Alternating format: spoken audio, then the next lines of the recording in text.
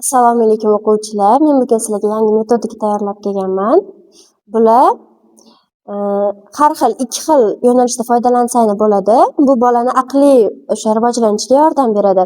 Misol uchun, ko'k bu yoqqa qo'linglarni qo'yasizlarda va bu yerdan ko'kni topishinglar kerak. Ham rangni farqlashga yordam beradi bolalarni. Keyin ikkinchisi ko'k qilib turib 1, 2, 3, 4 qilib foydalansanglar ham bo'ladi. Ham sanashni o'rgatadi va ranglarni ajratishga yordam beradi.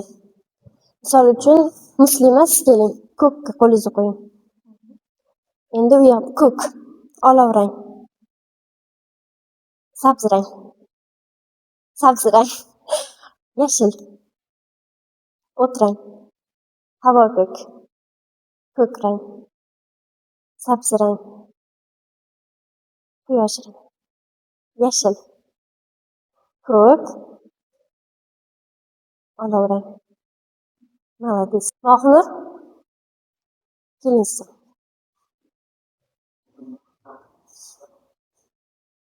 Endi bularda ikkinchi metodikani qo'llaymiz.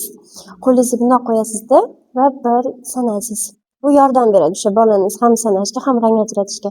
Ko'kka bosib 1, 2. Yo'q, mana 1, 2, 3, 4.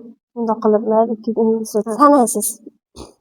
1, 2, 3, 4, 5.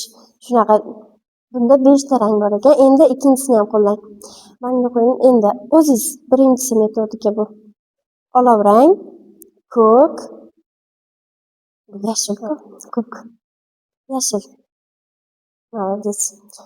Bugungi metodikamiz shundan iborat edi. Sizlarga yoqdimi, o'quvchilar?